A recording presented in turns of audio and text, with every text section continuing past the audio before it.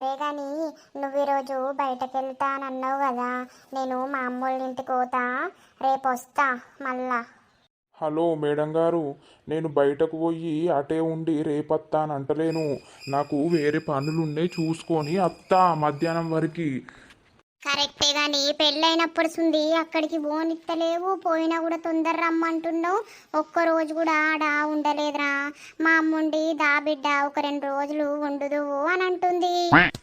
అవన్నీ కుదిరాయి కానీ పోతే ఇప్పుడు పోయి కాసేపు ఉండి మళ్ళీ సాయంత్రం వరకు రా.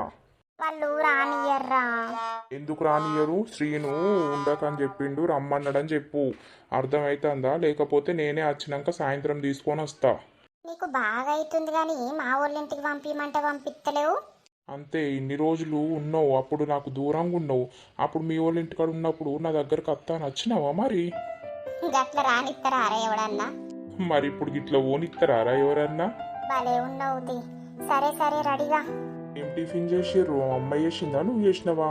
అత్తమ్మనే చేసింది, ఇడ్లీలు చేసింది, నేను చట్నీ పట్టించిన, ఇక పోబెట్టింది. సరే సరే తిందాం, నేను రెడీ అయితే ఇక.